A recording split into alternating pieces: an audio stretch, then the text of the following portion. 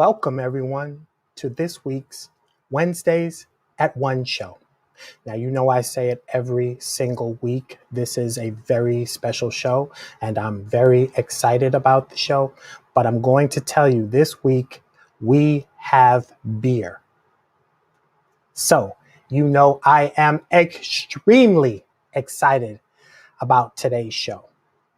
But before we get going, I just want to do a little bit of housekeeping, and I want to say a very special thank you to all of you. You have been with me through all of my shows, or you caught on along the way, or maybe you caught a show here, you caught a show there, or maybe you saw a friend of yours or something like that. But let me just tell you, this is show number 20.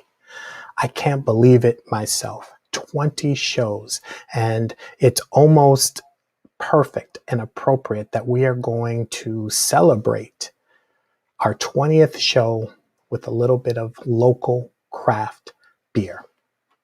So on that note, I want to introduce you to our guest today. His name is Nick Bolitho, and he is the co-founder of Medford Brewing Company. It's a local craft brewery, and we are super excited to have him here. He's responsible for the great craft beer that we are going to be having today. So, Nick, thank you so much for being here. We really appreciate you here on the Wednesdays at One show. It's my pleasure, Eric. It's always nice to see you, and absolutely it's St. Patrick's Day as well. Of course, I have absolutely. You might have picked up. Obviously, I'm a foreigner with my funny accent, but I'm actually one of the few people who have absolutely no Irish blood whatsoever. But there we go. Wow. Well, I do want to say that it is St. Patrick's Day, and in the tradition of St. Patrick's Day, people here in the United States, we drink beer. That's what we do, and I think that it's important that we have a wide range of options when we're thinking about beer. And I am a big proponent of local businesses, period. Whether you're a shop owner, a restaurant owner, you're a local consultant, you're a local architect, you're a local real estate agent. And because beer is near to my heart and supporting local businesses is really near to my heart, having you here talking about your craft brewing. Yeah, people can listen to you say one sentence and they realize, hey, this is not a local guy, but you're as local as it gets because you've started a local craft brewery right here in the greater Boston area. So tell me about the origins of the man who comes over from England and starts a local craft brewery here in the Boston area. Yeah, that was a bit of a fun one. I've actually been in this country now for 25 years. I did the first 10 in California and Los Angeles area, and then the last 15 in Medford. And basically what happened was I was basically going to work every day, and I'd drive past this home brew shop. And this was going back about 5, 6, 7 years. And I always sort of looked and thought, okay, that's interesting. Just drove past. And then my mum back in England said to me, what do you want for Christmas? So I said, you know what? Why don't I get a homebrew kit? Let me give it a whirl. Let's see what this thing's all about. And, people have talked about it here and there.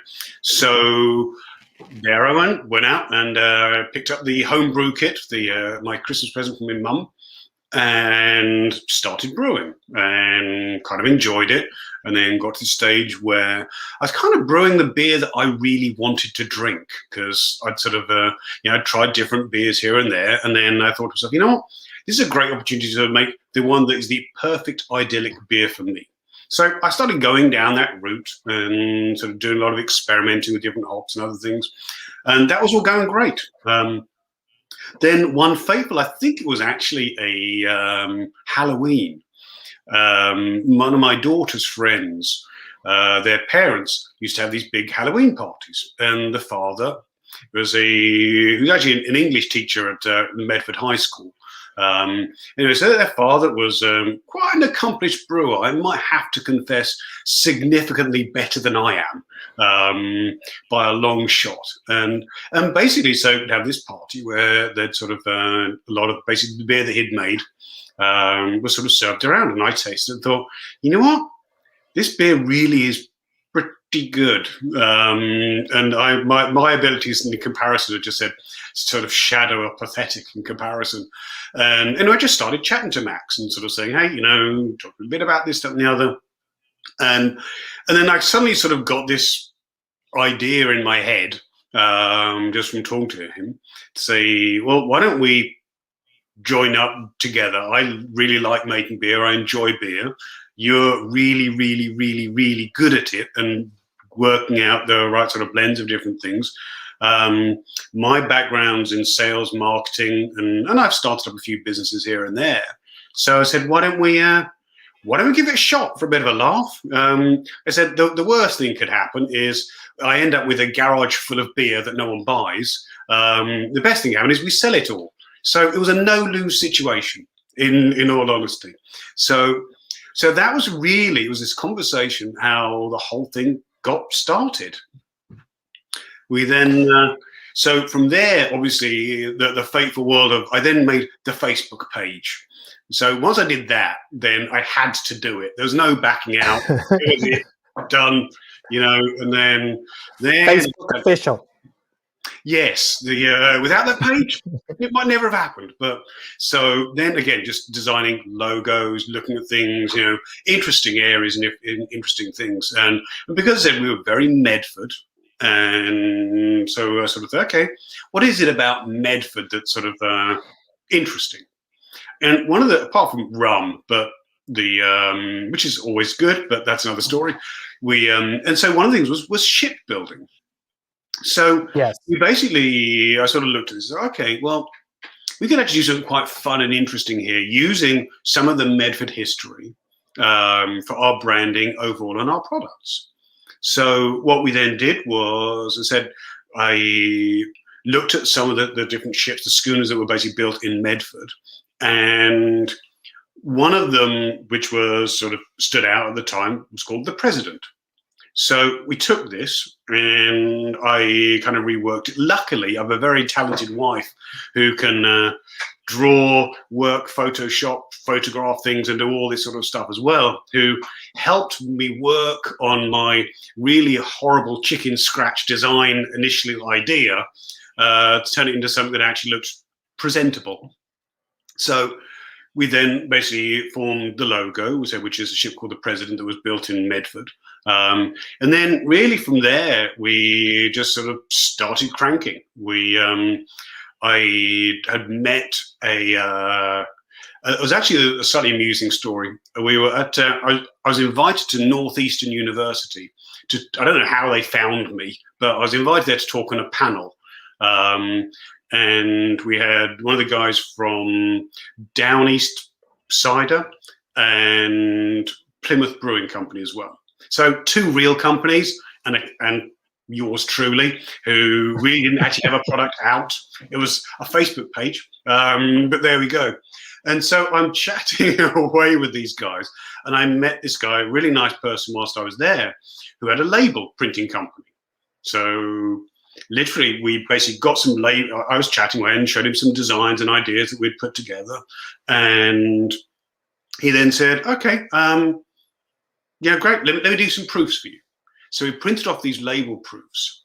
And literally, I stuck these label proofs on homebrew bottles and started shipping it around to distributors. And had some pretty big meetings with a few places. Again, just going in there, hey, this is our stuff. Said, knowing full well it was homebrew with a professional label. And basically we chatted to a few people. We actually came across this really nice sort of small company, very boutique distributor who decided to take us on. So that was pretty much the beginning. Well, let me just go back. I want to rewind a little bit because I want to just sort of bringing the viewers in and letting people know people who are starting a business, maybe not necessarily a brewing business, but any business, right? Where here you are at Northeastern University. There were two established companies there doing what it is you were setting out to do. And you, right? And so in that moment, in that opportunity, you were just as real as the other people, right? It's like the saying that, 90% of life is just showing up, right?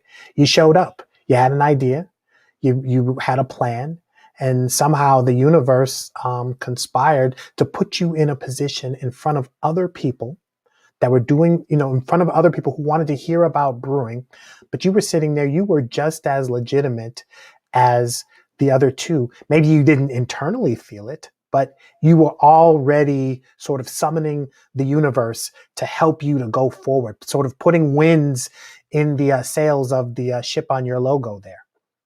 Yeah, no, and that again was another one of those drivers. We've really got to do it now. Absolutely no backing out. So again, and I mean, again, I'll say with starting a small business, we were lucky, very lucky. Did it very much basically almost us on the shoestring, which was from all right. Everything basically done as cheaply as possible. We built our own website. We worked a lot of things on design. Now we did do, and I need to give some props actually out to my designer, Takahiro Toyoshima, who I worked with a few years ago, and he was actually really good at listening to my idiotic comments and actually turning into something that's very pretty and beautiful, without laughing too much at my expense. But anyway, so yeah, basically it was just how do you start going about doing it? And then so started researching. We found a brewery actually up in Manchester, New Hampshire, Great North Ale Works. A guy, Rob North, really, really nice guy who had just started his own brewery. And we then sort of said, hey, Rob, can we brew some beer with you? And he, absolutely. And again, even his help at that time, and that was our first beer, which was the American Pale Ale. So that was our initial design sort of area there. And I said that. And that design holds up, right? Because you have American Pale Ale is still one of your offerings, right? Along with the Double India Pale Ale, the Indian Pale Ale, and the American Golden Ale, right? Those are still all out there from those early days. Yes, we still produce them. We do actually, we rest them every now and then. So the Golden Ale, for example, because that's a summery, light, really nice with a pizza. And that beer actually is, we use a lemon drop hop and almost like a honey-ish malt on that one. So it's really very, very tasty, very light. But it's at almost the sort of in between the sort of a Stella and almost the sort of a pale ale-ish area. But that one, for example, we don't get a lot of people want to drink that in the winter. It's a summer drink, so we rest it. No, that's one of the things about craft beer that is sometimes both wonderful and a bit of a challenge, right? You find a great craft beer that you love, but sort of the nature of craft beers is that they're seasonal, right? They sort of are made when it makes sense to make them. It's not like you can just always get it. So sometimes I would fall in love with a beer and I'd go to try to pick it up, or maybe go to a local brewery that produces it, and they say, "Oh, that's out of season now. We'll see. We'll see you next spring when that comes back." And it's like, "Oh, I love that beer." And maybe I wouldn't drink it through the winter, but I still love it. But that's one of the challenges I think about having a love of craft beer, as I do, is that it's not just like going out and getting a pack of Budweiser or Corona. That's always there. It's always the same. It's always available. You have to really kind of grow and expand and contract with the producers of the beer. Yes. Well, it's funny, actually, an interesting one what's one of the things I love about the whole craft beer business, which is it's constantly evolving. Styles are changing, very, very different. I mean, I think the first ever American IPA that I ever had was Harpoon. Which was, quite a crisp, clear, very, very clear beer. really, really nice. I mean, that was the opening gamut. And now we have far less appetite, should we say, for that style of IPA beer. Now it's really moved over to that New England style, which is very, very different, which is and we're actually going to be talking about the two New England ones later. But again, very, very different. It's much more that hazy environment.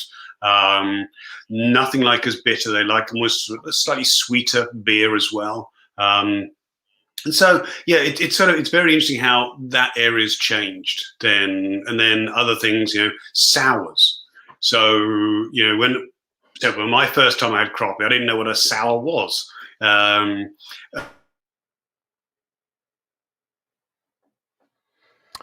I may have lost you, Nick, for a moment. We're gonna endeavor to get Nick back, but I think we may have lost him. Yeah. Let's see. Okay, you're back. All right. We lost you just a moment. You were just about to tell us about the very first time you encountered a sour, and you froze at that moment. Maybe you were really it was a dramatic pause, but I think you froze. But we have you back. Go ahead. Can I pretend it was dramatic pause? Anyway, yes. Thank you. But it is, and what I'm getting is that the whole craft beer industry is constantly evolving and changing and moving. So now we have sours, which are, honestly, a lot of times they're basically almost like soft drinks. That are sort of, again, very, very tasty. I'm not the biggest sour fan. I'm not going to pretend I am, but a nice one, small one for me in the summer is delicious. It's this light, very, very fruity sort of effervescent drink that, again, is quite different to the old sort of fashioned world of the beer that we used to have. So that's one of the fun elements. But you also, an interesting one, mentioned Budweiser. A lot of the craft world, again, I'm in many of these different groups, obviously for some unknown reason, which are all about beer. And it's amazing the whole lot of the anti-Budweiser world. Now, I'm not the biggest personal fan of it myself, but one thing you really have to admire is the continuity with that beer. That it's such a simply made beer, and it always tastes exactly the same. And yes, when you think of basically brewing beer, now, again, their equipment is very, very computerized, I'm sure, and everything else, but it's like anything in an oven. Basically, you're cooking. You're making a product, and it's identical. And that's one of the things that I can always have to say about Budweiser. Their method of basically making identical product time and time is amazing, because there's nothing to hide behind with a lot of beers. You're right. If you've ever endeavored to do any sort of edible, consumable product, any type of food or drink, getting that consistency is, first of all, to me, is amazing if you can do it. But I think that's probably one of the highest hurdles for anybody who's in the business of making a consumable product. How do you make it the same every single time so that you love it just the same every time, even though maybe you don't have all of the resources that a Budweiser or Anheuser-Busch has, but you still have to be responsible for making the exact same beer every single time. How do you achieve that continuity, that consistency? Notes. Timing and notes. Is really the key to that, which I said, it really is. It's sort of knowing, all right, this temperature, this for this length of time, this weight at this point, and that's the only way that we can really try and keep it as close. But the reality is that you're using product hops that are grown. So some hops are going to be stronger than others, and yes, the strength of the strengths of them, but it's not 100% accurate. So you're always going to get that slight variance overall. But again, I think also, in some ways, that adds to the element that this is a craft product, that someone's actually spent time individually making this product for you, and that's where and why it's sort of I think that's a lot of the fun of it. That again, there is that slight difference every now and then, and hopefully people like it when it's a bit different. But we do try and keep it, as I said, keep it the same as often as we can. So let's talk about our beers from today, because I'm excited about these beers. There's something that is always for me like a bit of fun discovery, right? Trying a new beer for the first time and actually having the person responsible for it right there. Many of the people who know me, they know I love to go to breweries. And so when I go to breweries, I start to talk to the owners or the brewmaster. And so when they're coming out with something new, it's almost like a personal experience. And I know that you and I have over the years been to a couple of breweries together and spoke to the brewers, even saw some of the manufacturing that they were doing. I think in one instance, and there's something very special. So having you here and having the beer that you created, the all the way from the label and the design and the conception of the beer to the actual, taste and characteristics of it, that's really exciting for me. Let me just bring in Lynn. Thank you so much. At the beginning of the show, when I was talking about my loyal viewers, Lynn, I consider you one of them. You're always here with great energy, positive energy. She says, hello, happy St. Patrick's Day. Enjoy that beer. I'm working, none for me. Yay, local. Yes, yay, local. And you're working, so we understand that, but maybe after work you'll enjoy a nice local craft beer. And I'd recommend the Medford Brewing Company and their constellation of offerings.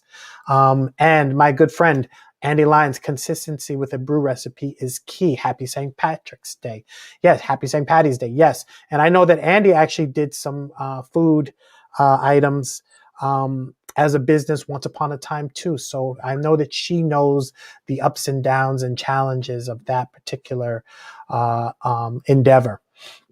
She, Chet and I love hanging out with you at breweries, Eric. Yes, and Nick, too, that breweries are kind of my thing. I like to frequent them and hang out at them. And I actually invited Andy and her husband Chet out to a local brewery that I know you know well, the Oak and Iron. And we had a wonderful time. But let's get back to the beer at hand, or the beers at hand. And we have two that we're going to be tasting today. One is a Session New England IPA, and it's called Navigator. We also have a New England India Pale Ale called Phantom, which I'm really excited about. I've had these in my refrigerator now since, I believe, Sunday. And I'm just going to tell you, it's been very hard not to just drink them. But I didn't want to have to go back out and get another 4-pack. So I've had them chilling. I have them on ice right now. And I think that we're going to start to do that. And I want to tell the people who are watching is that I actually set up a little beer tasting station in my house. And we're going to go over to that beer tasting station, and we're going to start the tasting portion. But I wanted to let the people know that, yes, we're not going to just talk about beer here today, Nick. We're going to really partake. And you have samples of the same beer with you. I do, yes. So we're gonna go over those. So why don't you quickly tell us about the history and sort of the genesis of each of these beers? Absolutely, yeah. The fun thing with these is, as you saw, there's actually a slight change in design angle that we took with these. And we basically came up with the decision to say that it would be a bit more fun to slightly switch it up a little bit. So we basically almost created the Anchor series, and these are basically the first two. And so then the design obviously there was built around sort of using anchors overall in them. And again, this is actually the great work of Tak again on the design sort of world, where he'd listen to my foolish comments and then convert them into something that looks awesome. So Navigator is a ship, was actually a schooner that was actually built in Medford in 1841. And again, close to Medford being a big ship sort of building area. Both these beers as well are in the New England style. So what they are, which is basically it's always this slightly more hazy overall look to a beer. And what they also try and do is with the New England style is actually not quite as sort of bitter either when you're actually then drinking the beer. And so that was kind of the theme line that we had. And again, because in the past we were just basically naming our beers whatever the beer was, we thought it would be a spot more fun to actually name them after these ships themselves. So I don't know if you're ready to crack open your Navigator yet. I think that I am. So we're going to. Well, let me. Hopefully, it's not going to spray in my face or completely over everything. And then. All right. So, starting with our Navigator.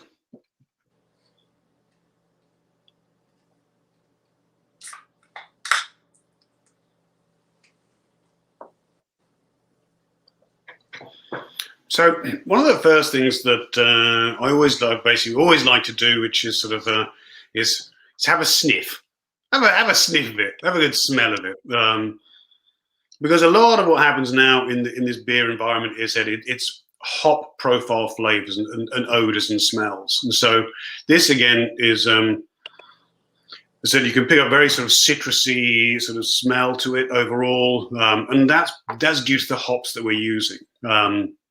This one has Azarka is the main basic hop that we use.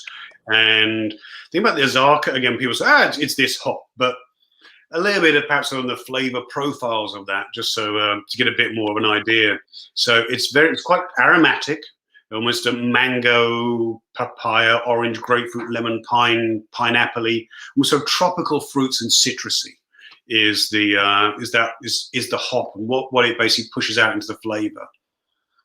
We call it a session beer because even though where I come from, most beer is 3.2%, it seems here that 5% is a session beer, which basically the concept is you can have a few more because with the craft beer as well, a lot of the alcohol volumes went up.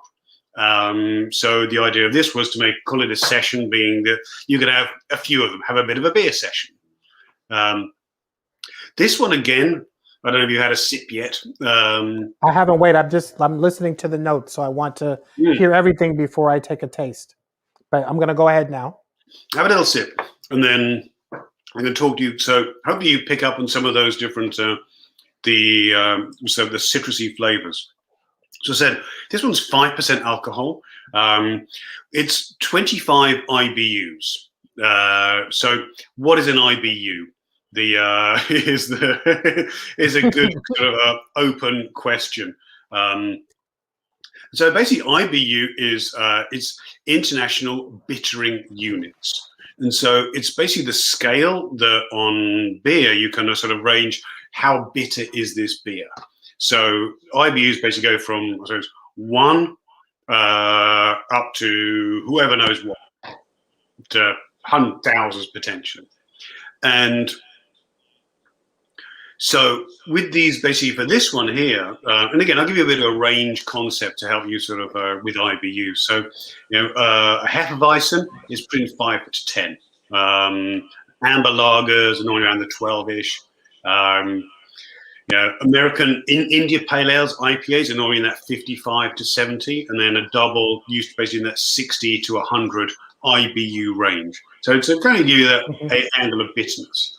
And the New England style really moved back from bitterness overall, which is where, so this one is a 25 IBU. So again, it's really not very bitter at all. It's got a little bit of it, but not too bitter. I'm going to tell you, it is outstanding. I taste the citrus. I taste sort of a complex grouping of flavors, but it's all very refreshing. Yes. And so the other element with beer obviously is you have your hops, and then basically you have the grains which are used essentially to get the sugars which turn to alcohol. But these also, what you basically do is you steep these basically, um, and that basically also creates body in the drink as well. And so for this one, we had to use Turo and Munich, and these two ingredients give the body almost like a silky body, um, with a bit of a haze to it as well. And we also always have some white wheat and flaked oats, and that again helps with that slightly more cloudy look that people are really after overall. You also notice with Navigator that it's basically it's SRM, which again don't want to too lingoing, but which is a standard reference method. So this one, for example, is a 4 SRM. And really what that means is that's basically the beer color. And it's a beer color chart, basically, SRMs. And so I think it's something like it's the amount of light that gets lost. And there's a multiplication, like a 12-something multiplication. So this actually is a 4. So again, it's not that dense, but again, it's that slightly lighter color. Another one, do you want to just sort of throw in there? Let me just say, I love this beer. I apologize for the echoing, but I have about 3 cameras in here. But this beer is outstanding. Thank you. Yes. So other little things, interesting things, when we talk about the IBUs, when you're brewing beer, the longer the hops are being boiled in there when you're making it, the increased bitterness you essentially will get. And so what we've done with this was to cut that bitterness back. Most of the hops are actually put into the beer after we finish boiling. So it's a bit sort of interesting. So it's a slightly different way, but then the oils seep in, and then you keep much more of the aroma, and that flavor stays in there. But again, it's nothing like as bitter as it could be. And we also actually used with a British yeast, and that also increases the haze a little bit in it, and basically contributes to the esters. Now, esters are basically the fruity aromas in beer that are basically formed in the fermentation. So using that yeast really, again, helps keep that fruity aroma overall there. So, cheers. What are the cheers to you? And what are sort of the inspirations for a beer? Do you start off by saying, I want something fruity, I want something refreshing, I want something heavy, I want something dark, I want something light? And, where do you find your inspiration? So a lot of the inspiration comes from, which might not be the right path, is almost what do we like? What do we enjoy drinking? So a lot of it, again, I can't take the credit. A lot of it's Max who does a lot of this stuff. And really, we work together. I'll sort of say to him, you know what? I love the pineapple flavors. What can we do that's going to be pineapple-y? How can we do this? What can we do, that's sort of a little less bitter on that angle, a little lower alcohol? How do we work? And then literally it's just a case of sort of experimenting is really sort of how it goes. And I say, quite honestly, a lot of it really is that it's just on with sort of personal likes. As I said, one thing I can say is that I really like all our beers. And so again, I mean that really is, and again, we obviously do have to follow the trends, which are said now very much in this hazy angle. Said overall, which is the sort of the trend that's going now. So again, we'll look at some of the trends, and then we'll go out and we'll try other products instead of say no, like that, don't like that, or you know what, why isn't anyone doing this type of flavor? This really, really resonates with me. And so these are really a lot of the inspirations for what we do. So I want to just for a moment, because I want there to be good harmony inside of Medford Brewing Company. Is just tell me again, your co-founder, and how you guys came together and sort of how you divvy up what you guys do within the company. Yeah, so Max Heinig is my business partner and the co-founder with me. And as I said, so the way we really kind of operate is he's essentially in charge of the beer products, and then I'm in charge of the rest of it. So I oversee basically everything from almost the design, the sales, the marketing, the legal, everything else on that side of it. And his core goal really is actually a lot of times is designing the beer. And a lot of times basically and doing a lot of the different tastings. So because he's got this vast knowledge overall on the different flavors. So it's a really nice combination where so we basically work very well in harmony on sort of, again, I'll say this is what I think I like, and even if it's a style he's not very keen on, again, puts everything into say, yeah, let's try this, let's do this and experiment. So it's a great... So no, that's a good, yeah, that's a good working relationship, and the proof is in the product here. It's incredible. Let me just chime in on a couple of these comments that are coming in, and everyone, I appreciate everyone watching, staying with us as we go through these beers.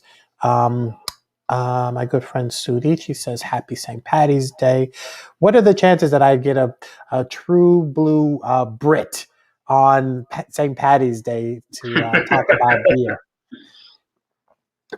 Is there a difference between brewing craft beer in cans versus bottles? No. How about that? there really Okay, is. good. There used to be there are people who say, "Oh, beer tastes so much better in a bottle." There are some interesting things. So, light is beer's biggest enemy, and which is Mhm. where I know, let's take a Heineken, for example, which has this sort of this green bottle. And people always say, "Oh, it tastes a bit skunked, this Heineken," and that again is a lot of it's because of the light that's getting in does affect the overall flavour of the hops and what's happened. So interestingly, which is why nearly all, not all of them, but nearly all beer that comes in bottles is a slightly darker bottle, which again is to hide that light. So interestingly, now with cans, the aluminium or aluminum can, for example, that they now do not carry over any metallic flavor from the can, whereas years gone by they used to. And so what sort of happened is we said the industry moved much more. It said again, when I talk about evolving industry and how it kind of moves around, where said it actually started off, it was almost all in bottles and the 12-ounce bottles. Then it sort of moved, and then the 22-ounce bombers became very, very popular. I don't know if you remember those, which was sort of you'll spend $12 to basically get 2 Coronas worth of beer, and these were the highest sort of thing, and then all of a sudden dropped off and disappeared because basically it lost its attraction somewhere. And so now the 16-ounce can seems to be ruling the roost overall, and that's sort of all the beer that we've ever actually professionally made has always been in cans, and we've always done it basically the 16 ounces. And I said, I initially, because when we started, it was actually really, that was around that turning point. And again, when we were talking about starting a small business and my world of doing it as inexpensively as possible, I basically had to work out, and again, perhaps a little sort of a truth out here, which was it was cheaper for us to make the beer and put it into 16-ounce cans and sell it in 4-packs than it would have been for us to package the beer in bottles and do the 12-ounce bottles. Because again, in packaging, so your 12-ounce bottles, you've got the cardboard holder, you've got front label, perhaps a back label, it might be a single label, then you've got a top label as well. Then, so that's for that setup. Or you then have so when you look at all the additional costs that you don't initially factor in of printing and all this sort of stuff, and the labor to put the things on as well. When you look at it and say, well, I can do a 4-pack of 16 ounces. Well, we've got the label on there. All you need is a 4-pack holder. The rest of it is this design you put all this effort into that you don't then that isn't getting hidden. We also looked at the 12-ounce cans on doing the 6-packs of 12 ounces versus doing the 4-packs of the 16 ounces. And again, the trend was moving in that 4-packs of 16 ounces. I'm pleased that's what we followed as well. And again, a lot of that was just said because the difference in cost between a 12-ounce can and a 16-ounce can is negligible. But there is a cost of adding additional cans. So that was very much the sort of how do you start a small business and keep it going? The 16-ounce 4-packs really the most viable option for us. You get a good sized pour, you get a nice pint, and I said those are the things again that I spend a lot of detailed time working on. You said on the cost structure, and to say again because you can't lose money forever on these things. So you got to make sure you can make a bit of money. And so that's essentially how and why we are in the packaging that we are. No, it sounds like you just split the difference and got just the right combination to get it out and get it into people's hands. Let me ask you one cultural question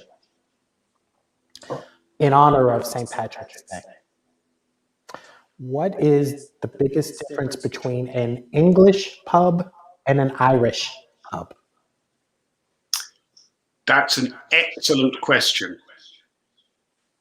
I have no idea the name. How about that? I didn't know if there was some kind of cultural difference. Like you could, if I blindfolded you and stuck you into a pub, you immediately know this is an English, this is an Irish without someone speaking. I don't know if there is. I mean, so I think we have to keep in mind over here where you have the Irish pub, and not often you actually have one called an English pub. I'm not quite sure why, but we actually go into pubs in England and in Ireland. They are very, very similar. A lot of them, again, are sort of older buildings. Almost this sort of stone floored that were again sort of not the prettiest places, but great places where you sort of hang out, meet your friends, chat, spend a lot of time. I mean, we didn't really go to the pub to get drunk. You go to the pub to hang out with your friends and chat over a couple of beers.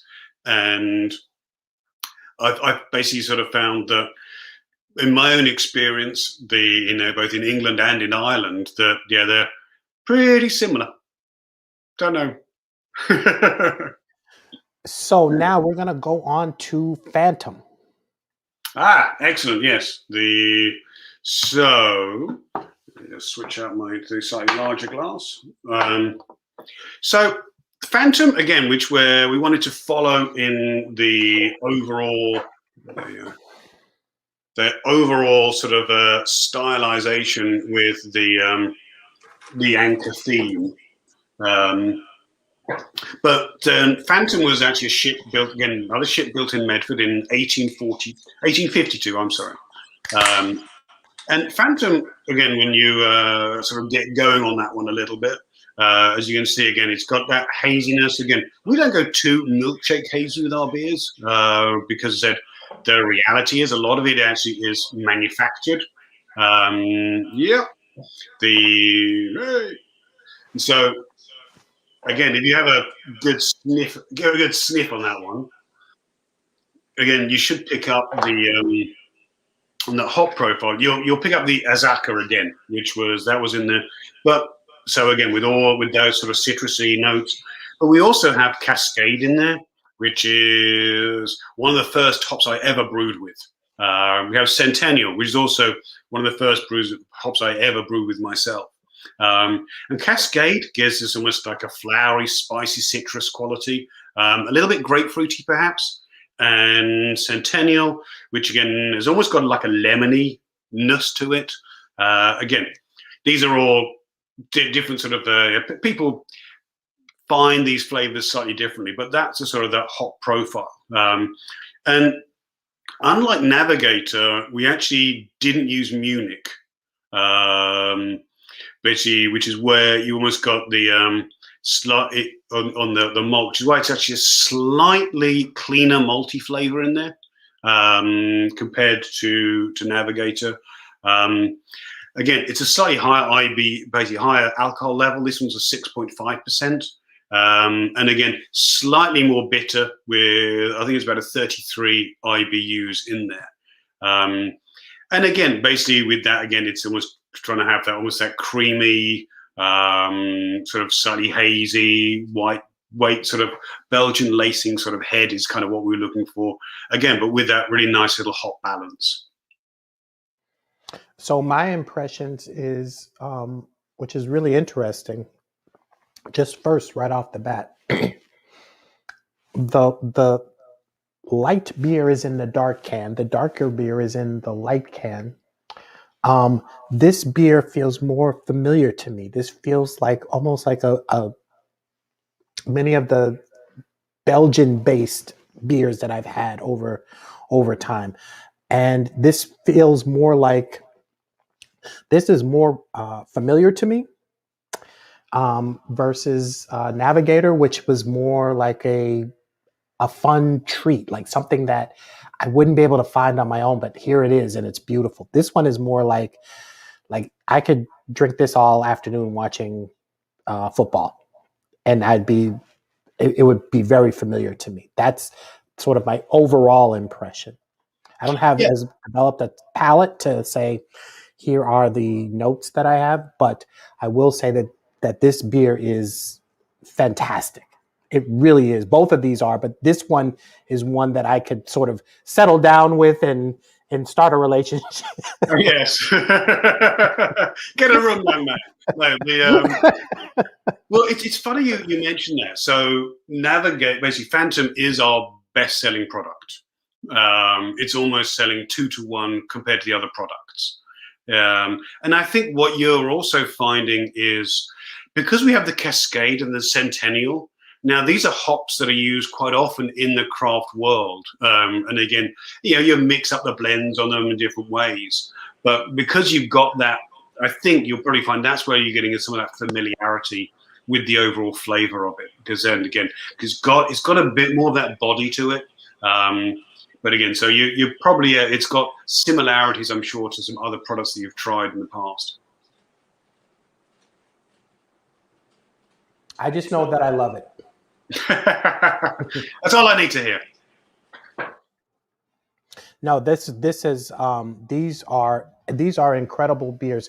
So I want you to, as we begin to wrap up, we've had both beers, and I'm going to tell you, Nick, this is not the only time I've had a beer at 1 o'clock in the afternoon, especially during the pandemic. But I fear if I drink too much more of it, I may not be able to finish this show. So I want to kind of start to wrap up without coherently finish the show, I'll say. Can you tell people where to find your beer? No. Sorry, yes. You're not allowed. I'm like serving it up to him. I'm like, okay, here he goes. Here's the big finish. Here we go. And he's like, I can't. No, I can't. No. So that actually isn't it. Well, the reality is we were really lucky. So when I talked about my distributors, where we started off with one distributor who was a very small organization, really nice people. We then actually, perhaps when we got bigger and others, we actually then switched to one of the largest distributors actually out in Massachusetts called Atlantic. Now, Atlantic service all of Massachusetts and Rhode Island. And so we're actually available throughout Massachusetts and Rhode Island. The sad when someone says, where can I find it, is that difficulty is a lot of stores. There's almost sort of too many for me to just sort of say, this one. I mean, we're in all the Total Wines, we're in the Wegmans, We're in a lot of those small local places as well. So what I always say to people is go to your local beer store and ask them, because I guarantee that my distributor goes there, and if they haven't got it, then they should order it. So that'll be a win for me, another new location. But also then you'll also then get the product that you want. Because we are in a lot of locations, so it's sort of it does make it a little bit tricky overall about where when people say where exactly can I get it. So that wasn't a total mess up with my answer. No, it was very good. I appreciate that. I just want to get this beer into people's hands, and I want to say, in general, sort of to mirror what I said at the beginning, guys, when you're buying beer, yeah, it's easy to pick up a Budweiser or a Corona or something that you're very familiar with, but there are some good, industrious artisans. Really, I would call you guys artisans who are out there making incredible beer. Try some, buy some, go to a tasting, ask questions inside of your local liquor store. I found this in Total Wine, and inside of Total Wine, there's a whole section, a row that runs the length of the entire store that is devoted to local beer. And there was the Medford Brewing Company's beer right there, right in the middle, and I found it and tasted it today, and it's been amazing. I'm glad I hadn't tasted these two before, because there's no way I could have held off from Sunday until today. I would have had to have gone back to Total Wine and reordered. But I was going to say, Eric, that wouldn't be a bad thing. You could actually mean you buy more beer. True. But I'm trying to preserve the sort of integrity of the show. Like, if I had these before the show, then I would have been like pretending that I'm just tasting them for the first time. I wanted to actually have an authentic experience with you, because you're an authentic guy. And these beers are amazing. But yeah, just in general, people go out, try a local craft brew, go to a brewery. But if you're not sure, start with these two. Phantom, it's familiar, it's beautiful. It's something that, like I said, I want to kind of settle down, and maybe we're going to get into an exclusive relationship, which, if anyone who knows me, they've never heard those words come out of my mouth. And then Navigator, it's perfect for the upcoming spring and summer seasons. It's light, it's refreshing, it's crisp, it's fun. It's a fun beer. You could drink about 3 of these things and not even know that you're doing it, despite the fact that they come in 16-ounce cans. So a fun spring summer beer that is just right on time. So I think with that, Nick, unless there's anything else you want to say to our audience out there, I think that this has been an amazing experience. I definitely have to go and eat something now, but these beers are incredible. They're fun to drink. They are flavorful. They are complex. They are fun. And I have to say, without a doubt, this is something that people should be trying. Thank you. Absolutely. Okay, so Nick, just hang out there for a minute. I'm going to close out our show. I want to thank everybody for watching here today. We drank a little beer. We talked a little bit about local craft breweries and just local business. Guys, when you're out and you're selecting beers, particularly as we start to come out of pandemic mode, keep in mind our local brewers and our local breweries. People like Nick Bolitho and the Medford Brewing Company. These are people that are as local to you as your hometown pizza place or your hometown hardware store or places that you've gone all your life. They're right in your community and they're making exceptional beer. So please try it. Next week on the Wednesdays at One show, we will be doing something. I don't know what it is, but I'm hoping that you'll be there. We'll be on show number 21. Thank you everyone for watching. We'll see you next week on the Wednesdays at One show.